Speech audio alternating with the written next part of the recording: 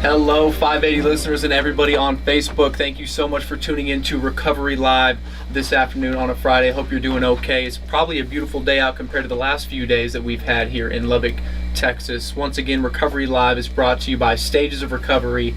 And if you have any questions about Recovery Live or Stages of Recovery, you can contact us at 806-412-4721. Today's guest is a very special guest. She has a private practice here in Lubbock, Texas, where she specializes in many different things. She's going to be talking about that today. And she's also the clinical director for the Ranch at Dovetree, which has came on the show many different times to discuss what they do and how they help individuals. So she's kind of the backbone of that program at the ranch. And today we're going to highlight CAN counseling. Karmen, introduce yourself to the listeners. Hi, I'm Karmen Adkins Neal. Like Steve said, the clinical director of the Ranch at Dovetree, and also have a small private practice here in town. So yes, and we can't thank you enough for coming on to shed some light about this private practice, because we feel that Lubbock, Texas is struggling.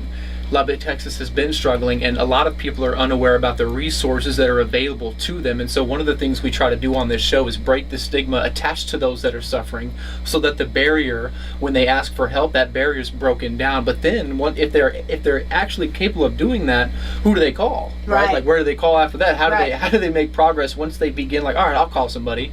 Where do we go from there, right? Well, that's like places like CAN Counseling comes in, the Ranch at Dovetree Stage of Recovery. We want to highlight the resources that are available to them once they actually make those decisions to pick up the phone. So what exactly do you do at CAN Counseling?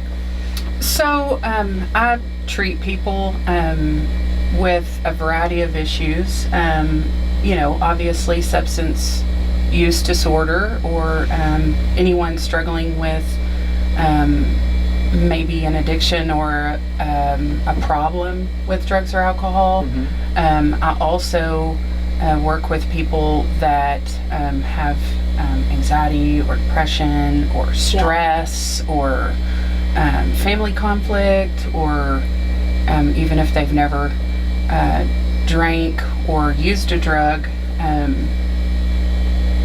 I still see them as well. Yeah, I mean, everybody has their own things going on, mm-hmm. and they all need to talk about it. No, that's a great point. A lot of people think, oh, I don't suffer as much as this other person, so I'm not going to reach out for help. Right. That's a misconception. If you're struggling with anything at all, you should reach out for help. Yeah. It doesn't matter how big or small you view that problem. Don't compare yourself to others. Right? Because that's how you can get yourself into a whole lot of trouble when you start playing that game. Like, oh, I'm not as bad off as him, so I'll just keep on running this way, down this path. You're going to end up hurting yourself or your loved ones. And so that's great to hear. That doesn't matter what you're struggling with. CAN Counseling can be there. You operate under the LPC, right? Can you explain to the listeners a little bit about what that is and what that allows you to do, the LPC credential? Yeah, LPC is a licensed professional counselor. Okay. It's a license that I received after completing a master's degree in counseling, and then you have to do like 3,000 hours supervised postgraduate. So I got that in 2008. Congratulations! Thank you. Yeah. Where'd you go to school at? Texas Tech. Hey, Red Raider in the house. So we got 3 Red Raiders right here on the show today, guys. Absolutely. That's right. Yeah. Go Texas Tech, man. That's awesome. So you received that credential. You were done with your hours in 2008. Then what'd you do? Well, actually, I started working for the Ranch at Dovetree. Actually, backing up a little bit. Okay. Bachelor's degree in 1999, way back when. And got my bachelor's degree in human development, family studies, and started working for Child Protective Services. Oh, wow. Oh, that's probably a really interesting job. My goodness. What was that like? Hard. Mm-hmm. Very hard. Did you have to take children out of their homes a lot? Mm-hmm. That's so sad.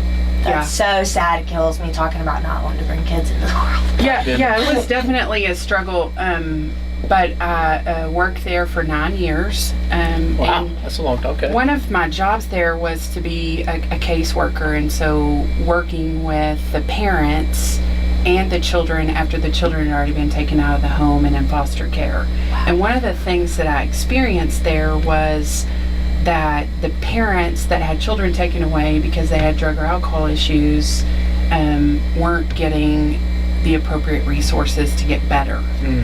So the expectation is that you get better, but we're not going to give you the appropriate resources to get better. Right. And so it really bothered me. And so I started looking for resources for my parents,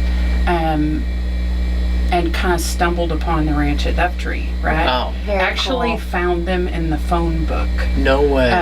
in 2006. Do we still have phone books? Right. I use a phone book I'm just here kidding. to make cold calls, but other Oh than my that, goodness. not really. 2006. Wow. Found him in the phone book, and under drug and alcohol treatment, and started talking to him, and then started, providing my clients some resources to get better, because I knew that counseling and just counseling was not going to help.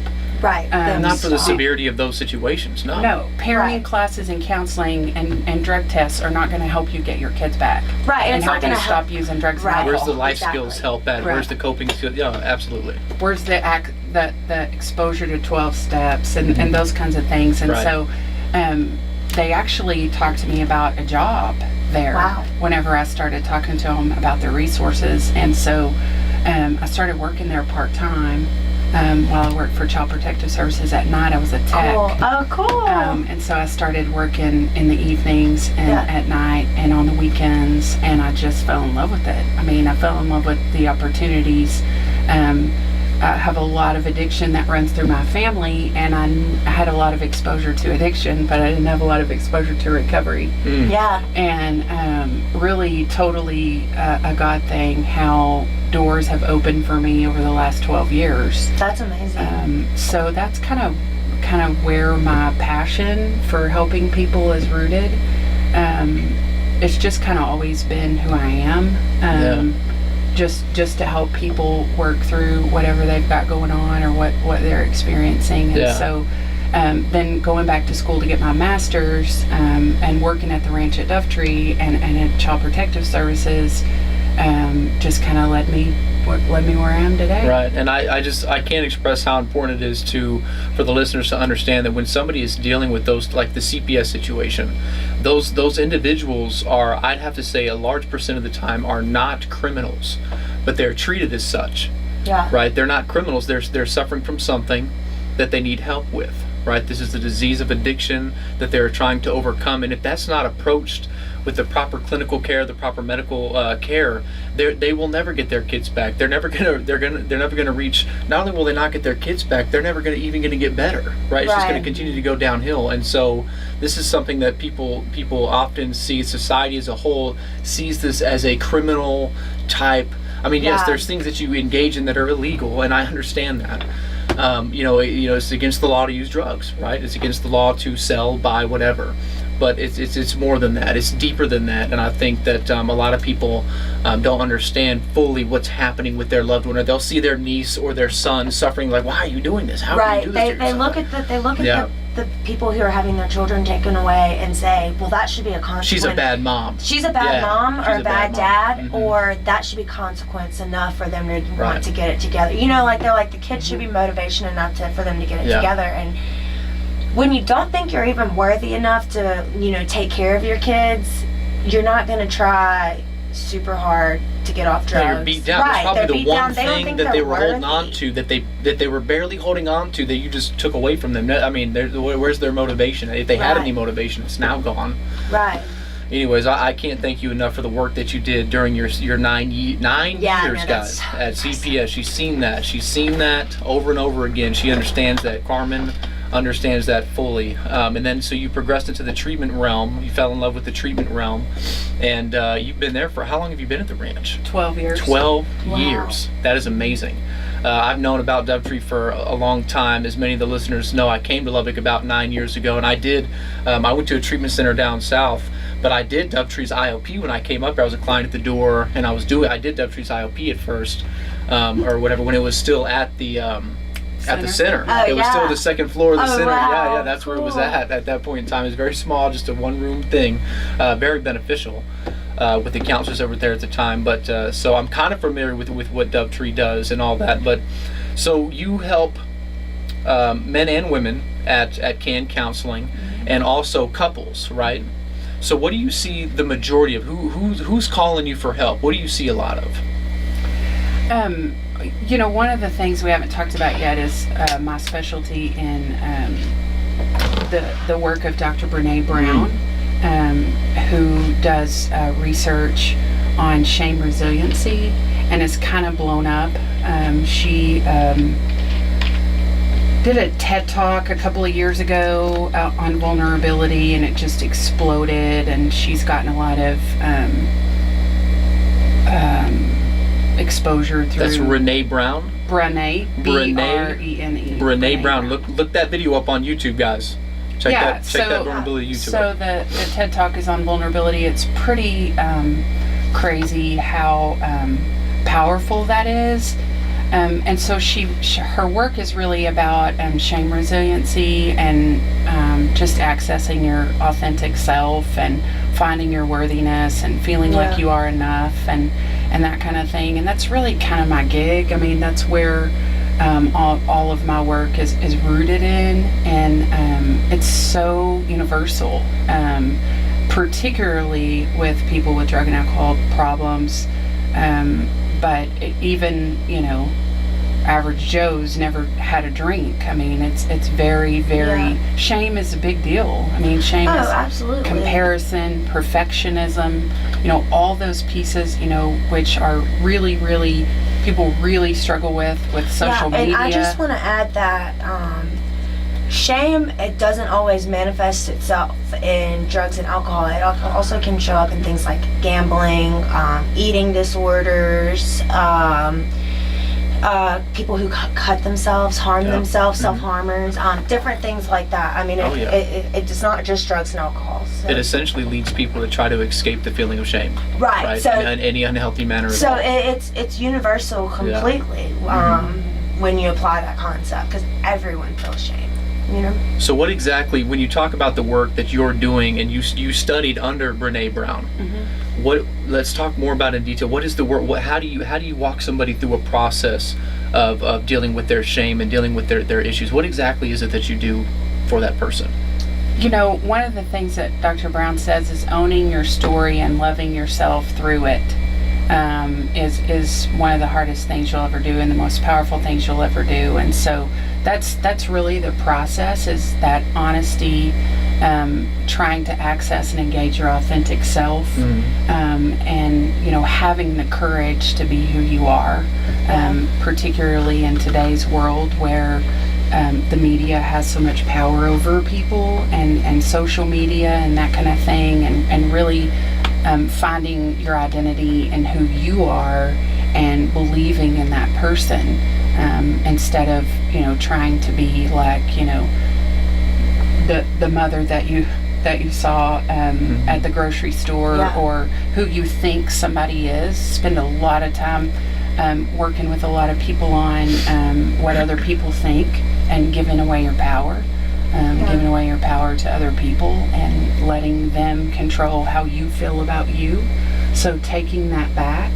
We live in a world where that is such a problem. I mean, people will literally give their power away sometimes when they post a picture on Instagram, because all of their self-worth lies in the amount of likes that they get. It's just so crazy. Our world is so crazy now. I mean, I'm so glad we grew up in the 90s before this really blew up.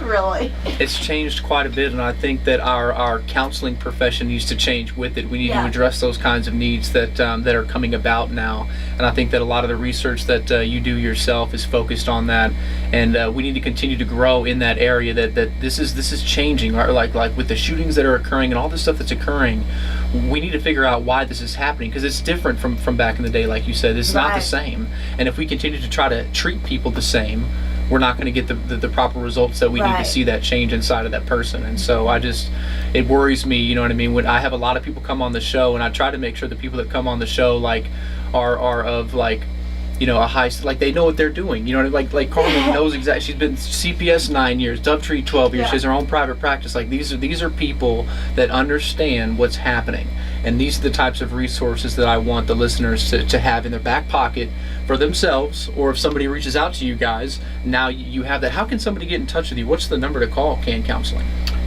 You can call my number. It's 806-787-7832. Yeah, she also has a Facebook page. Y'all should go like her page, share her page, and show her some love on Facebook at KAN Counseling, at KAN Counseling on Facebook. Many more resources and ways to contact her through that Facebook page, so check that out.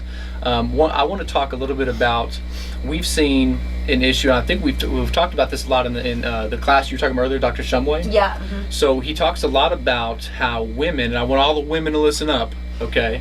Because there's a lot less women that are reaching out for help than men. However, research shows that they struggle with addiction and other disorders just as much as men do. Right. And that's because society, the pressure that you talked about, seeing the other mom in the grocery stores, we have expectations put on us from a very young age. We're supposed to, in a way. I mean, like, you're supposed to go to school, you're supposed to do certain things, right? So sometimes it's our parents that are putting these expectations on us. Sometimes it's society, our friends, our peer group place these expectations on us, and when we don't meet up to them, we blame ourselves, right? I think that's a lot of what is happening with this shame research. That's what's happening, right? The women, I feel, face that drastically more than the men do, because I feel like when a guy reaches out for help, it's like, oh man, he's just drinking a little too much, he needs some help. But when a woman asks for help, it's like this, they just get scrutinized like way more and attacked way more. Why do you think that is? Do you see that at your practice? Absolutely. Do you see it at W? You Absolutely. do, okay. And I'm thinking, when you're talking like, this is like totally my niche, like Okay. That's awesome. I saw it every day at Tree Haven. It's terrible. The boys at Treehouse were scrutinized, the girls at Tree Haven, for doing the same things that they were doing Constantly. Yeah, it would kill the girls, and we'd have to have a session and sit down and talk and be like, it's okay. We have to stop doing that. That has to stop now, because they're just not reaching out, which means the success rates look worse for women, not because they're not reaching out, it's because if they do, they're met with hostility. Right. They're met with all these terrible things. I think it's the expectations that are put on you as a child or as a young person, Yeah. For some reason, girls are boys supposed to get look more grace. prettier. Yeah. Like boys, the package and everything. Absolutely. Yeah. And you're supposed to act like a lady Right. and act proper. And so I think that manifests into perfectionism. Oh, absolutely. And so then you've got these ideas that I've got to look perfect. Yeah. So I've got to look perfect to the community. I've got to look perfect to these other moms. I've got to look perfect to my husband. I've got to look perfect to my friends.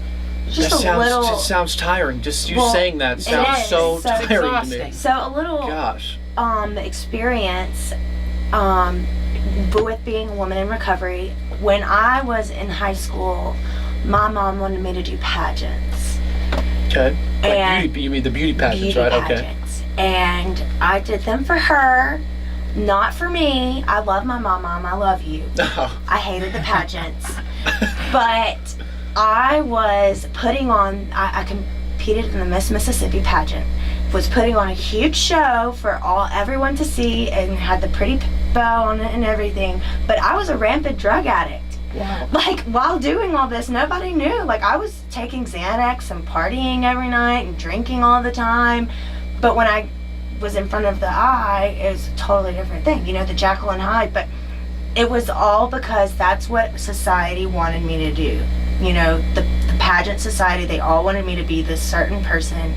But I was really this other person, and I was ashamed of it, because society put that on me. I was very ashamed of it. Which creates this internal conflict. Exactly. That's exhausting. Oh, right? so exhausting. Yeah. So exhausting. And I think the emphasis that society and our culture puts on what other people think and how things look is what drives people, particular women, to this place of trying to be perfect. And we all know how that works, right? Trying to be perfect is this unattainable goal. Right, I implode personally. That you never reach. Yeah. And so you're trying to uphold this face, all the while being somebody different. And so that's the whole nature of the work that I do, is trying to help people find that congruence, that internal and external congruence. And what is that like? Who are you? Yeah. Not who do you think everybody wants you to be, but who are you internally at your core? Right. And how do we embrace that and engage that and help you be who you are? I can't express how hard it is, and I'm not a counselor. I own Stage of Recovery, and I do some work with people in recovery and in recovering addicts. But I'm not a counselor, so I don't actually have like counseling sessions with people, right? But from what I've heard, just what you said is trying to get to the root of who they are, the barriers that a counselor faces, trying to knock down all those walls that have been built up over years, decades. They're of the professionals yes. at keeping those walls built. Yes, they had to, in their mind, to survive. Absolutely. Right? Because Yeah. if anybody finds out the real me, then I'm no longer I'm not going to be accepted valuable, anymore. right? Mm-hmm. My value as a person is now gone, which is obviously the message that we're pushing out today, is that you are valuable, you are worthy, and no matter what it is that you might be facing, there's professionals such as Karmen and myself and many other, go look at all the other shows that we've had. There's many other professionals in this area that can help you with whatever it is that's going on. And so the message that I think I just want to push out is that, obviously to the women and the men face this as much, or not as much as the women, but men face this as well, obviously. And so I just want y'all to know that you are worthy and valuable, and it doesn't matter. Just let it all go. And meet with someone such as Karmen, so that you can learn to remove those layers, right? Get down to the core you, and then rebuild from there. Because you can't rebuild if you have all these walls on you. It's not going to be a stable foundation. And so I just want all them to know that. So once again, CAN Counseling is here in Lubbock, Texas. If you're interested, you can call the show right now at 806-745-5800. If you have any questions for Karmen right now, you can call into the show and ask her anything you want right now. Put her on the spot, on the air, and call in and ask any questions that you may have. Once again, that's 806-745-5800. Go and check her Facebook page out at CAN Counseling, KAN Counseling. So what else do you want the listeners to know about yourself, about what you do and what your passion is? What do you want to push out? What message do you want to push out right now? I think, just kind of piggybacking on what you said, Steve, I mean, find your value. Everyone is worthy of living a wholehearted life. Absolutely. True to them, true to yourself, and comparison, Dr. Brown says comparison is the thief of joy. And so, when you are constantly comparing yourself to other people, or allowing other people, what you think other people think, to hold your worth and your value, then that's a struggle. You lose yourself. Yeah. You lose Because yourself. you're constantly searching and then you're for just that and then value. you're confused about who you are and where you want to go in life anyways, because you've been having somebody else direct your life for however long it's been going on. A lot of times it's been going on early teens. That kind of stuff has been going on. When you finally start to realize, what's going on around, because when you're little, you're just little, you're doing what your parents ask you to do, right? But then there's this point in time where you realize that you can make your own decisions, and you realize that other people influence you in a certain direction. You pick a peer group. This stuff can start happening at an early age, which is why some people why don't you just pull your bootstraps up? And it's like, no, this has been happening for so long that in order to break down those barriers, once again, it takes a lot of time. You have to get in touch with some professionals in order to accomplish a goal like that, to start really begin to see some change. It takes a whole lot, and I just can't thank you enough for what you do on multiple levels with the individuals you work with and the couples you work with. Let's talk about that too real quick, because there's a lot of couples out there that are struggling, right? Valentine's Day just happened. Okay. There's a lot of couples that suffer from many different things. A lot of times they're putting that pressure on one another, right? And so you have this expectation from your wife, but you're like, man, I can't hold up to that. But if she knows I can't hold up to that, I've lost my value now. I'm not as worthy anymore of my wife. What do you do to help these couples out? I think, the biggest thing is that I've seen in working with couples is just really recognizing helping them recognize what their struggles are, right? Yeah. Because a lot of times you're exactly right. It's expectations. So I have these expectations that my husband is going to do things this way, and he doesn't. And so then I get resentful and we start arguing or whatever. So just really, huge piece of couples work with me is learning how to communicate, finding who you are, knowing who you are, believing in who you are, and then showing up in a relationship as that person, Yeah. right? And not trying to be someone you think somebody else wants you to be, because that is a big deal in relationships. I'm losing myself because I'm trying to be who I think you want me to be, which may not even be spoken, right? Yeah. Right, it's just kind of like an underlying thing that's and usually going it's out on of there. love because they love one another usually, and it's out, they want to be all that they can be for that other person, which is good, right? There's but they have something no real idea there. that they're annoying the heck No. out of They their don't partner. know. They have no idea. Because that authenticity isn't present. Yeah. And that's what getting vulnerable, the work that Karmen is doing, the work that Brené, I'm so sorry, the work that Brené Brown has been doing is focusing on getting vulnerable, because that's where it starts. Because if you get vulnerable with your partner, if you get vulnerable with a counselor, we get to see the real you. And then we get to begin to build off of that, because once again, you can't build off of something that's not real. Okay, we can see through the walls. Karmen can see through the walls. Yeah. All right, for sure. She's much better at it than I am, I'll tell you that.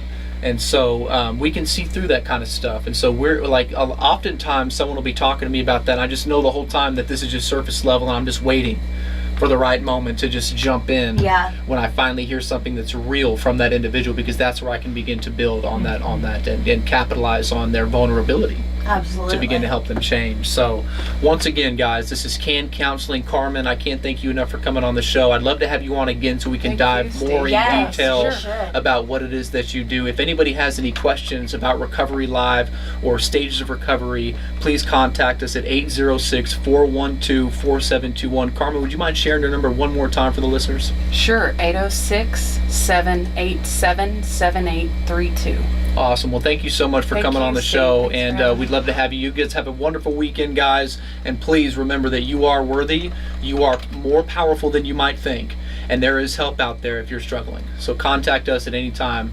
Lauren, you want to leave us with something? Absolutely. Thank you so much for coming out. We should definitely have you out again to get more. We should talk more about that couples thing. I'm so interested in it. I'm single, and it probably has a lot to do with those reasons. So I'm interested. But anyway, thanks so much, and